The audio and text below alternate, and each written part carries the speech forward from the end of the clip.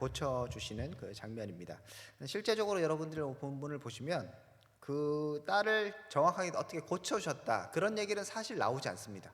오늘 본문의 초점은 이 가나안 여자가 예수님께 나와서 고쳐주세요 했는데 예수님께서 지속적으로 무시하시다가 그 다음에 갑자기 또 태도를 돌변하셔서 고쳐주시는 그런 장면이 오늘 본문의 대부분을 차지하고 있습니다. 그리고 또 오늘 29절에서 31절은 예수님께서 이제 여러 사람을 고쳐주셨다는 얘기로 마무리되고 있습니다.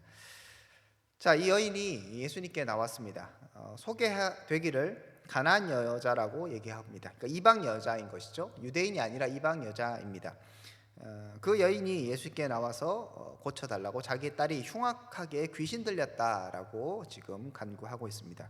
여기서 성경에 보면 예수님께 간구하다 소리질러 이르되 주 다윗의 자손이여 나를 불쌍히 여기소서 이렇게 얘기하면서 예수님께 이제 나오는 이 부분이 원어로 보면 뭐 미완료라고 해서 계속 하고 있다는 거예요.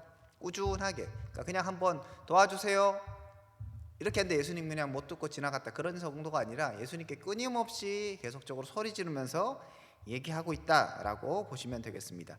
자, 이렇게 가나안 여인은 굉장히 간절하게 그리고 꾸준하게 예수님께 매달렸지만 예수님은 의외로 되게 차갑게 우리가 아는 예수님과는 좀 다른 모습을 보여주십니다. 그래서 23절에 보니까 예수님은 한 말씀도 대답하지 않았다라고 얘기합니다. 약간 무시 전략으로 이렇게 가고 계시죠. 하도 여인이 계속적으로 고쳐달라고 얘기하고 소리 지르니까 그리고 예수님은 대답하지 않고 있으니까 중간에 이제 제자들이 굉장히 난처했던 것 같습니다. 그래서 예수님께 얘기하죠. 23절 후반부에 제자들이 와서 청하여 말하되 그 여자가 우리 뒤에서 소리를 지르오니 그를 보내소서 이렇게 얘기합니다. 여기서도 청하여 말한다라고 얘기할 때 이것도 미완료거든요. 그래서 제자들도 예수님께 꾸준하게 쟤 좀 보내세요. 저 사람 좀 보내세요. 어떻게 좀 처리하세요라고 이렇게 얘기하는 거예요. 그러니까 정확하게 시간은 모르지만 그래도 꽤 여자가 와서 막 도와달라고 하고 예수님 모른 채 자꾸 길을 가시고 그 다음에 제자들도 예수님 좀 어떻게 좀 해주세요. 해보세요. 이렇게 하는 상황이 어느 정도 이제 지속된 후에 예수님께서 이제 제자들이 그렇게 얘기하셨을 때 24절에 보니까 또 대답을 한 번 더 하시죠. 나는 이스라엘의 집의 잃어버린 양 외에는 다른 데로 보내심을 받지 않았다라고 얘기합니다. 제자들에게 얘기하시는 겁니다. 그러니까 나는 이스라엘 백성들만 고치고 이스라엘 백성들에게만 관심이 있지 이방인들에게 관심이 없다라고 말씀하십니다. 굉장히 좀 낯선 예수님의 모습인 것 같은데 정확하게 얘기하면 또 한편으로 예수님 말씀이 맞기도 합니다. 여러분 기억하시겠지만 마태복음 10장에 보면 예수님께서 제자들을 그렇게 다른 지역으로 전도하러 보내실 때 예수님 이렇게 명령하십니다. 마태복음 10장 5절에서 6절을 보면 예수께서 이 12를 보내시며 명하여 이르시되 이방인의 길로도 가지 말고 사마리아의 고을에도 들어가지 말고 오히려 이스라엘 집 잃어버린 양에게로 가라라고 얘기하십니다. 그러니까 제자들을 보내실 때에도 이스라엘 백성들에게 가지 이방인에게 가지 마라라고 얘기하십니다. 그렇지만 여러분 잘 아시는 것처럼 예수님께서 무조건 이방인 절대 안 된다 이렇게 사실 얘기하시는 건 아닙니다. 사역의 어떤 효과랄까요? 이것을 위해서 예수님께서 순차적으로 전도하기를 원하시는 것이죠. 아시는 것처럼 예수님께서 승천하실 때 제자들에게 말씀하시잖아요. 너희는 가서 모든 족속으로 제자를 삼아, 그죠? 사마리아와 땅 끝까지 얘기하시죠. 그래서 예수님이 원래는 모든 민족들에게 복음 전하고 이렇게 하는 것을 원하시지만 지금은 이스라엘 백성들에게 지금 초점을 맞추고 있다. 이렇게 보시면 되겠습니다. 또 한 가지 또 생각해 볼 것은 예수님께서 절대 이방인과 교제를 안 하시거나 이방인의 그런 필요를 채우지 않으셨다. 이렇게 볼 수도 없습니다. 여러분 기억하시는 것처럼 백부장이 나와서 자기 하인이 죽게 되었습니다. 얘기할 때 예수님께서 그 간구를 들어주시죠. 그죠? 백부장은 이방인 아닙니까?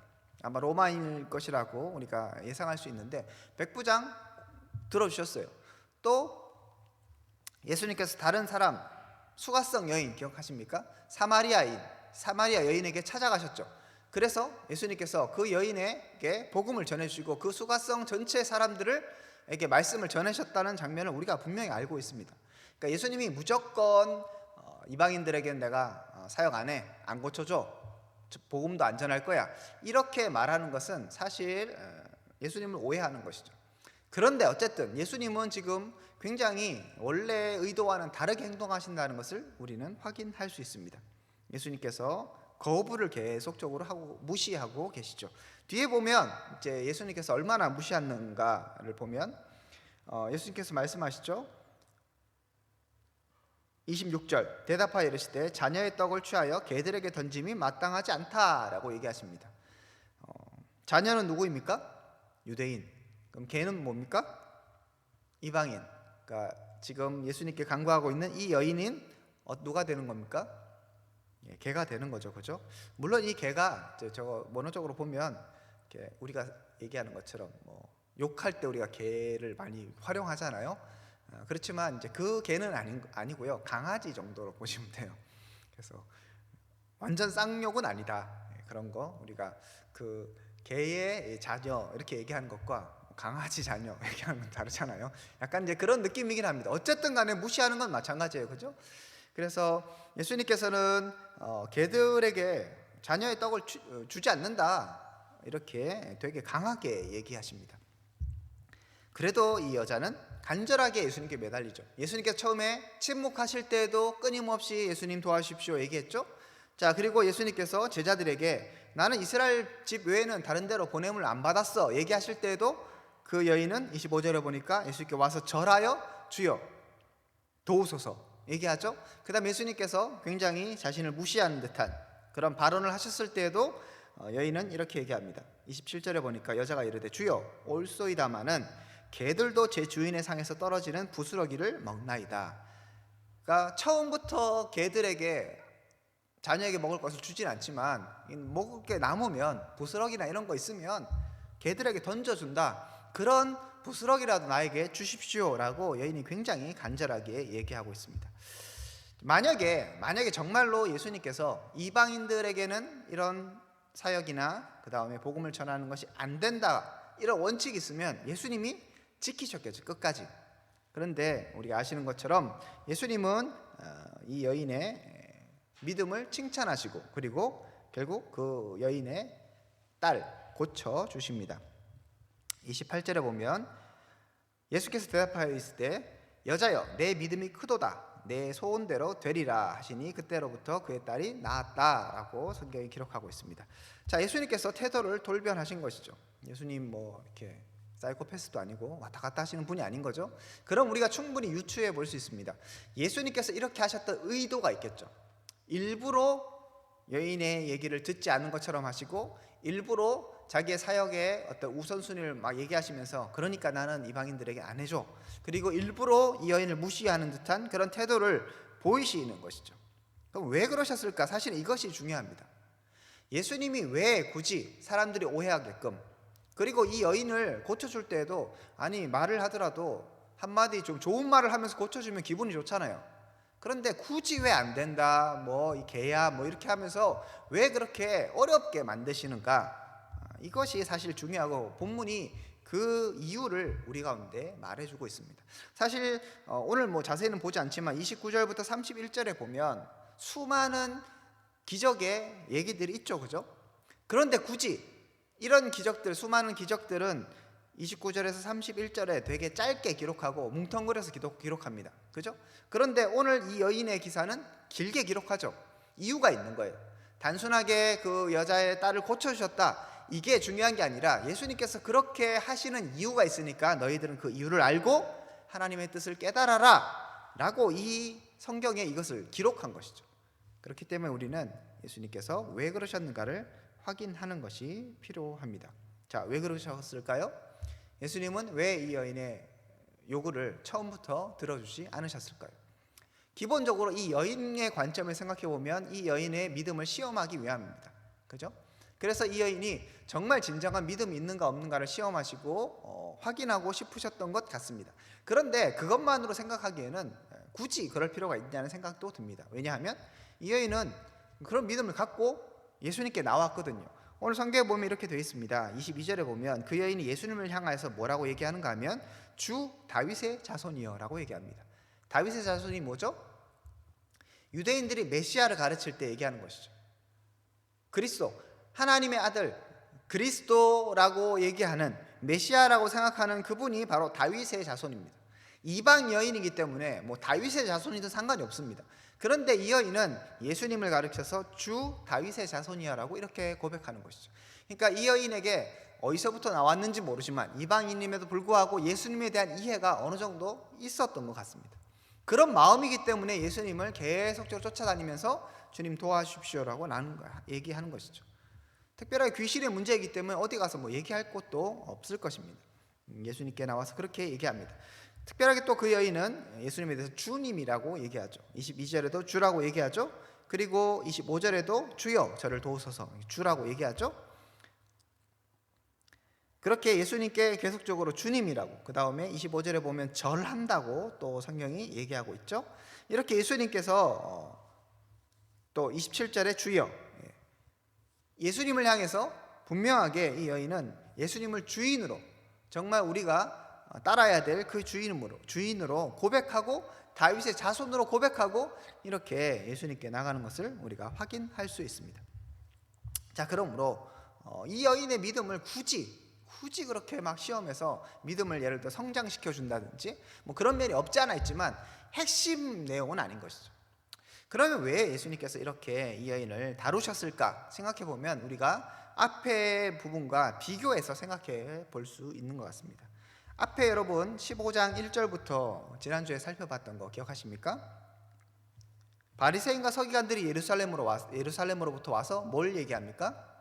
왜 당신의 제자들은 손을 씻지 않습니까? 떡 먹을 때 왜 손 씻지 않습니까? 하면서 장로들의 전통을 막 내세우죠. 그죠? 그랬을 때 예수님께서 어떻게 대답하셨습니까? 3절에 보면 너희는 어찌하여 너희의 전통으로 하나님의 계명을 범하느냐. 그러니까 이 바리새인과 서기관들이 지금 잘못하고 있다는 것을 분명하게 얘기하십니다. 바리새인과 서기관들이 어떤 사람입니까? 예수님께서 이사야 예언을 통하여서 말씀하시기를 너희는 외식하는 자들이다 얘기합니다. 그리고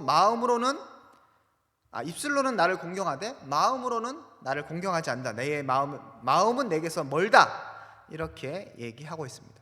심지어 예수님은 13절에 심은 것마다 내 하늘 아버지께서 심지 않은 13절에 예수께서 대답하여 이르시되 심은 것마다 내 하늘 아버지께서 심으시지 않은 것은 뽑힐 것이다 라고 얘기하죠. 그러니까 심은 것은 하나님께서 책임지시지만 심지 않은 것, 우리 알곡과 가라지 비유해서 가라지기 때문에 뽑아버릴 것이다. 누가 뽑아진다는 얘기입니까? 바리새인과 서기관들, 잘못된 가라지, 거짓 신앙을 갖고 있다고 하나님께서 분명히 얘기하시는 것입니다. 또 14절에 보면 그들은 맹인이 되어 맹인을 인도하는 사람이라고 얘기하고 있습니다. 자, 앞에 종교 지도자들, 어떻게 보면 유대인 중에 유대인, 하나님께 인정을 받을 만한 사람이라면 바로 이 사람들이 아닐까 하는 바리새인과 서기관들이 지금 예수님께 완전히 깨지고 있는 거죠. 외식하는 사람이고 신앙이 없고 그리고 정말 하나님을 사랑하는 그 마음, 하나님의 계명을 지키려는 마음이 전혀 없다라는 것들을 예수님께서 드러내셨습니다. 자, 그러면 지금 그 다음에 나오는 사람이 누구입니까? 완전히 대조되죠. 그냥 유대인과 이방인이 아니라 유대인 중에 유대인이고 유대인 중에 정말 율법을 잘 지키는 것 같은, 하나님을 잘 섬기는 것 같은 사람, 그 다음에 오늘 등장하는 이방 가나안 여인, 예수님께서 심지어 개라고 얘기할 정도로 그런 어떤 상황에서 분명한 차이가 있는 그런 두 사람을 지금 대조시키고 있는 거죠. 그런데 바리새인과 서기관들은 책망받았습니다. 거짓이라고 지금 결정받았습니다. 그런데 가나안 여인은 어떻게 되었습니까? 예수님께서 네 믿음이 크다라고 말씀하시죠. 여자여 네 믿음이 크도다, 네 소원대로 되겠다라고 말씀하시잖아요. 완전히 비교되는 것이죠. 앞에 종교 지도자들은 예수님께 완전히 깨지고 그 다음에 너희들은 가짜야, 거짓이라고 얘기했지만 이 여인은 분명하게 예수님께 칭찬받고 인정받았습니다. 자, 그렇다면 이 여인이 받은 칭찬, 이 여인이 인정받은 그 믿음이 크다는 게 도대체 어떤 믿음이 크다는 거죠? 예수님을 간절히 쫓아다니고 예수님이 노라 해도 끝까지 매달리고 내놓으십시오 하면서 그렇게 막 억지로 막 예수님께 땡깡 부리는 게 큰 믿음입니까? 그렇지 않겠죠. 정확하게 큰 믿음이 뭘까요? 여러 가지로 우리가 설명할 수 있지만 그 앞의 내용과 바리새인과 서기관들과 비교해서 생각해 본다면 이 여인이 갖고 있었던, 그리고 해서 예수님께서 주목하셨던, 그래서 그냥 고쳐줘도 되지만 예수님께서 더 유대인들에게, 지금 따라다니고 있는 그 유대인들에게 분명하게 밝히 보여주시기 위해서, 이 여인이 어떤 지금 태도를 취하고 있는가를 보여주시기 위해서 지금 하시는 거예요. 그래서 칭찬도 해주시는 거죠. 무슨 믿음입니까? 바로 자기 자신이 정말 개와 같다는, 다시 말해서 나는 아무것도 아닙니다라는 이 고백을 하는 이 여인의 믿음, 이것을 칭찬하시는 거예요. 유대인, 특히 바리새인과 서기관들은 자신들은 칭찬받아 마땅하고 자신들은 예수님조차 지금 지적의 대상으로 삼고 있고 자기의 의를 내세우는 이런 자들이잖아요. 근데 여인은 어떤 사람입니까? 나는 아무것도 아닙니다, 나는 주님의 은혜가 아니면 아무것도 할 수 없습니다라고 지금 생각하면서 주님께 정말 납작 엎드리잖아요. 자신은 아무것도 아니라고 생각하면서 네가 개라고 얘기해도 맞습니다 라고 얘기하잖아요. 나는 당당하게 하나님의 자녀이니까 나에게 은혜를 주십시오라고 고백하는 그런 스탠스가 분명히 아닌 것이죠. 물론 이 여인이 육체적으로 분명하게, 육적으로 겉으로 보기에 이방인이기 때문에 이런 생각을 가졌을 수 있습니다. 하지만 더 근본적으로 들어가면 그렇기 때문에 은혜를 사모하잖아요. 그렇기 때문에 예수님께 간절히 나가잖아요. 유대인이었다면, 바리새인과 서기관이었다면 어떻게 되겠습니까? 예수님이 자기 말 안 들어주면 결국에 자신들의 그런 예수님께 왜 안식일을 지키지 않습니까? 부터 시작해서 여러 가지 막 예수님께 제기했던 그 문제들이 받아들이지 않으니까 결국 예수님을 죽이려고 하잖아요. 그런데 이 여인은 겸손한 마음으로 예수님께 절하고 예수님을 주님이라고 하고 예수님을 다윗의 자손이라고 얘기하면서 나는 아무것도 아닙니다, 나는 개입니다, 주님 나에게 은혜를 주시옵소서라고 그렇게 나가는 사람, 이 사람을 향해서 예수님은 믿음이 크다라고 말을 하고 있는 것입니다. 자, 오늘 말씀을 통하여서 우리 자신을 돌아봐야 합니다. 우리의 믿음은 어떻습니까? 우리는 예수님께 어떠한 태도로 나가고 있습니까? 하나님 앞에 어떠한 태도로 나갑니까? 우리 로마서 볼 때 제가 계속 말씀드렸잖아요. 너희는 죄인이다, 너에게 아무런 가능성이 없다, 우린 정말 아무것도 할 수 없는, 그래서 주님의 은혜가 아니면 하나님 앞에 설 수 없는 그런 존재임을 로마서가 계속적으로 얘기했습니다. 바로 이것이 은혜이고, 이런 것을 알고 자기가 누구인지를 알고 깨닫고 주님 앞에 나가는 것이 바로 믿음이라는 것이죠. 오늘 말씀을 통해서 우리 자신을 다시 돌아보며, 그리고 우리 정체성을 다시 한번 일깨울 수 있길 바랍니다. 여러분 누구입니까? 바리새인 서기관들입니까? 그래서 내가 좀 알기 때문에 이거 아니지 않습니까? 나는 전통을 지킵니다, 당신의 제자들은 도대체 뭐 하는 것입니까? 정죄하고 이거니 저거니 하면서 예수님께 당당히 나가는 사람입니까? 아니면 이 가나안 여인처럼 주님 저는 아무것도 아닙니다, 나는 주님의 은혜를 받을 자격이 없습니다, 그러니까 제발 좀 도와주세요, 이런 간절함으로 주님 앞에 나가고 있습니까?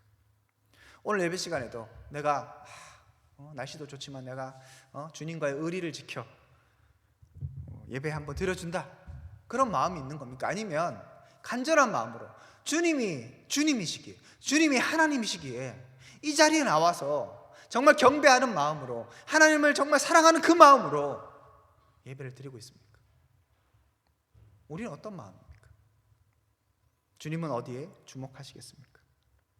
수많은 사람들이 있지만 예수님은 이 가나안 여인에게 주목하셨습니다.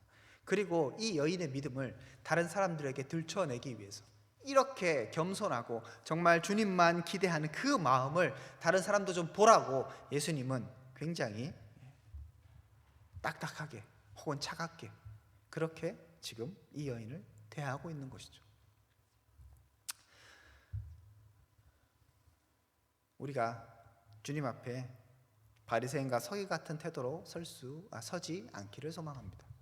그리고 이 여인의 모습처럼 내가 누구인가를 정확하게 인식하고 내가 하나님의 은혜를 받을 자격이 없는데, 자격이 없는 자에게 주어지는 게 은혜잖아요. 마땅히 주님 앞에 심판받을 수밖에 없는데 예수님의 공로로 말미암아 겨우 생명을 유지할 수 있는 하나님의 은혜를 받은 자임을 기억하고, 그리고 하나님께 주어지는 그 은혜, 그것에 감격할 수 있는 우리가 될 수 있길 바랍니다. 내가 받을 만하다고 생각하면 주님 주시는 거 뭐 감사는 하지만 땡큐 하고 이 정도인 거예요. 그런데 자격이 없다고 생각하면 하나님 은혜가 주어지면 정말 감사한 거잖아요. 우리의 태도가 하나님 주시는 것을 기대하거나 또 하나님 주신 것을 받았을 때 우리의 태도는 어떠합니까? 우리가 참으로 하나님이 원하시는 네 믿음이 크도다 라고 말씀하시는 주님의 그 말씀, 그 인정을 받을 수 있기를 소망합니다. 우리 청년부 가운데 그 큰 믿음으로 말미암아 뭐 큰 일을 하고, 그게 아니라 나는 죄인입니다, 나는 아무것도 할 수 없습니다, 이 믿음으로 주님께 영광 돌리시는 우리 청년들 한 사람 한 사람 될 수 있기를 주님의 이름으로 축복드립니다. 기도하겠습니다. 하나님 감사합니다. 우리가 오늘 말씀을 통하여 정말 우리가 아무것도 아님을 다시 한번 고백합니다. 이 여인의 믿음처럼 우리가 주님 앞에 은혜 받을 수 없는 참으로 부족한 자임을 다시 한번 기억하고 주님의 자비와 긍휼에 의지하는 한 사람 한 사람 될 수 있도록 함께하여 주시며, 주님께서 우리에게 베풀어신 그 은혜에 날마다 감격하며 기뻐하며 주님 찬양하는 우리 한 사람 한 사람 될 수 있도록 함께하여 주시옵소서. 이제는 주 예수 그리스도의 은혜와 하나님의 사랑과 성령님의 교통하심이 오늘 말씀을 통하여 주만 바라보기로 결정하고 정말 자기 자신을 깨닫고 주님을 찬양하기로 결정하는 믿음의 백성들 가운데 지금으로부터 영원토록 함께 있을지어다. 아멘. 네, 여러분 수고하셨습니다. 이후에 우리 계획대로 또